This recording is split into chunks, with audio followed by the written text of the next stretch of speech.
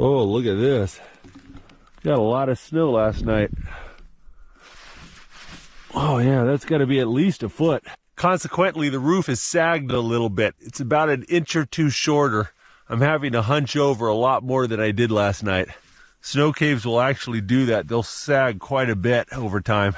If you're going to use them for more than one day, often you have to re-dig out the roof. If you're a bit claustrophobic, it can make it hard to sleep at night knowing that the roof is slowly sagging over your face.